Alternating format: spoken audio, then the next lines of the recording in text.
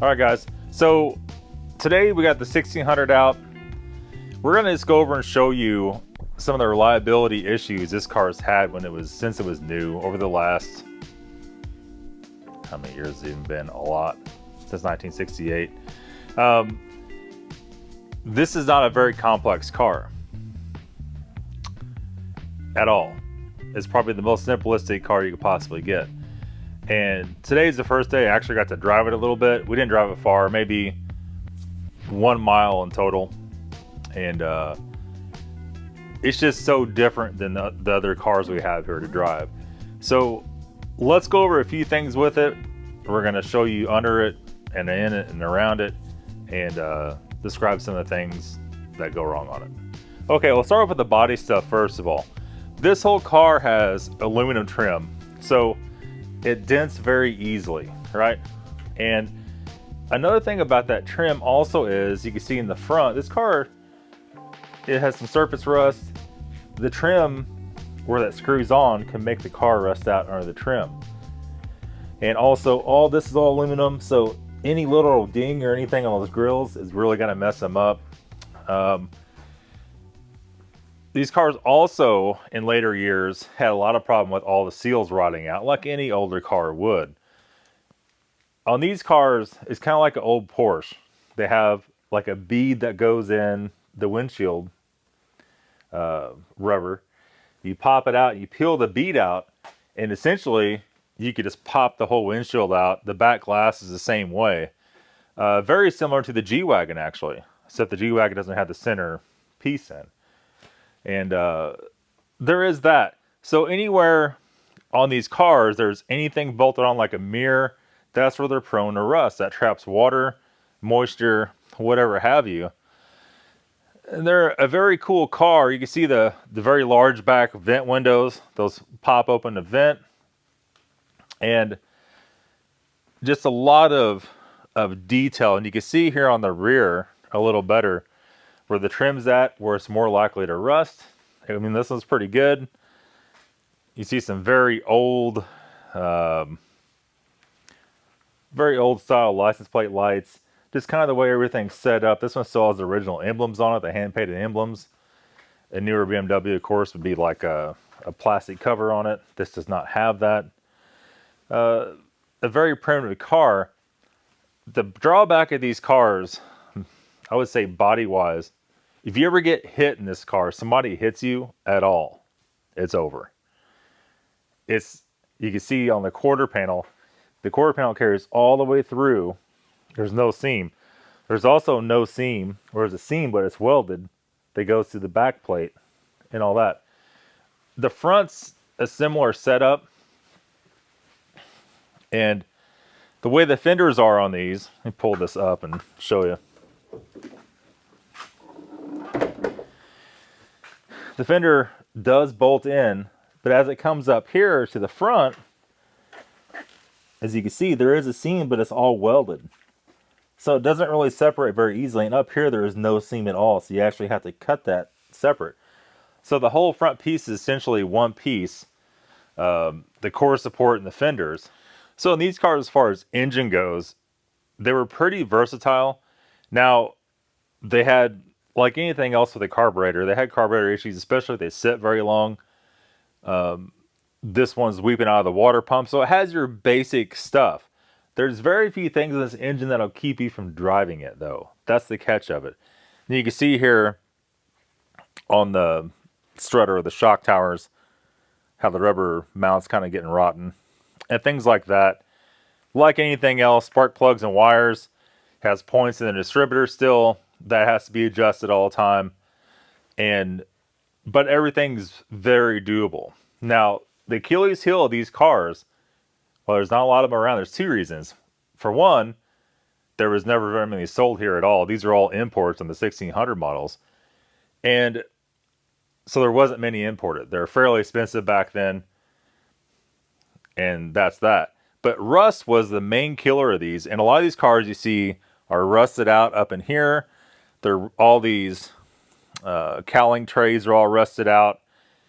A lot of them will be rusted out down low on the fenders. The floorboards will be all rusted out and gone on them. Uh, just totally rotted out. And we're going to show you here in a minute, we put up on the lift, how clean this car is. I've shown you before, but it's been more than a year since I made a video on this car. So it's been a while. So this engine at the very minute, you know, most of the only issue it has is stuff from sitting. So it needs probably valve seals. It needs all the gaskets done. Nothing, no one thing leaks very bad. It is a little bit smoky. It probably needs bearings and rings.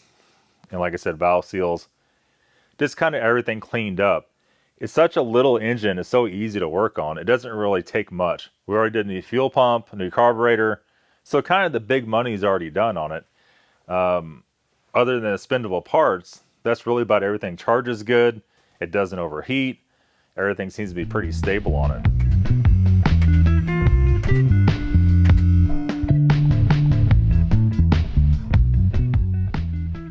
Okay, so got everything up in the lift, got some lights under here, and you can see it definitely has some oil leaks at the engine up here. Nothing really drips on the floor much. Everything's just seeping, everything's dried out and nasty. And kind of have a little bit of that. So in these cars, obviously these bushings, and you come over here and show these guys this, how rotten the bushings are on this. Just really nasty. And that was a common problem with these cars. Also the struts leaking, which these are definitely leaking. Philip, you can show them that real quick on the strut, all the oil running down. Just a short drive we did. And like I was saying before, anything on these cars brakes wise, I can't even turn that. I can barely turn it. Brakes wise, they weren't really too prone to ball joint failure. This is pre sway bars. So as you notice, there's no sway bars anywhere on the car. That was like before that even was a thing, right? So this thing has all the sway when you're driving it. And it's funny because old timers told me before, let's say old timers, some of you probably get offended by that, that some of you guys that watch the videos had these cars and never knew. And back then it was one of the faster things on the road. It just shows you how times have definitely changed. Even from now to 10 years ago, things have changed a lot as far as performance, handling, technology changes all the time. And, you know, a lot of stuff changes. So this has a 4-speed manual transmission. This has a pedal box for the pedals. I'm trying to get that out of the camera. Those have bushings that have to be redone. As you come back here, you have shifter linkage bushings, things like that. And you can see how crusty all the drive shaft pieces are. Can you see that or no? It looks like somebody's, if you come back here, Philip, you can see on this side, it's like a solid bushing, but it's just nasty. It's all breaking out. And you can hear that when you let out the accelerator when we were driving it. The rear guibo is starting to rip out. You can see it's starting to get threads coming off of it. So that has to be done. And then that was always a common problem with every BMW, was drive shaft, guibo bushings, things like that. Back here, there's 2 bushings up on the rear diff. There's also the CV axles. These are all kind of rotten because they've been sitting. I don't think these had too much of a problem with the CV axles. Mostly in the rear, just bushings and things like that, and brakes. But you can see the trunk. The trunk on this car, there's no rust or anything on it. There's a little bit of surface rust on the bottom of the gas tank, but overall, it's pretty damn good, I would say.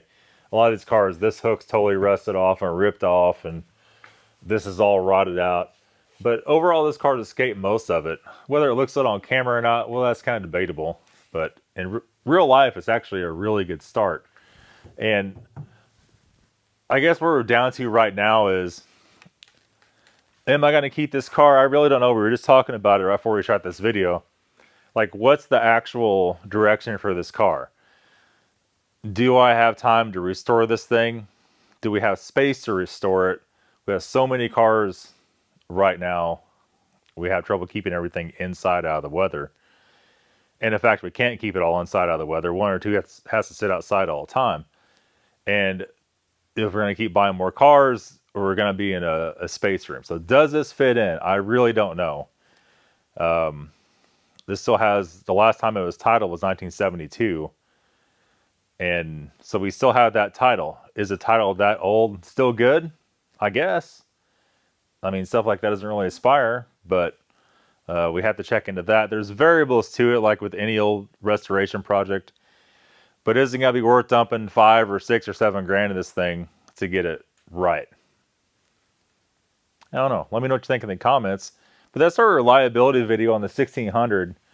And overall, I don't know. You guys let me know what you think I should do. And maybe we'll go that direction. Alright guys, so like I said, that's going to be all for today's video. Don't forget, if you like the video, let me know what you think in the comments. Don't forget, like, subscribe, and share the video. That's going to be all, guys. We'll see you very soon.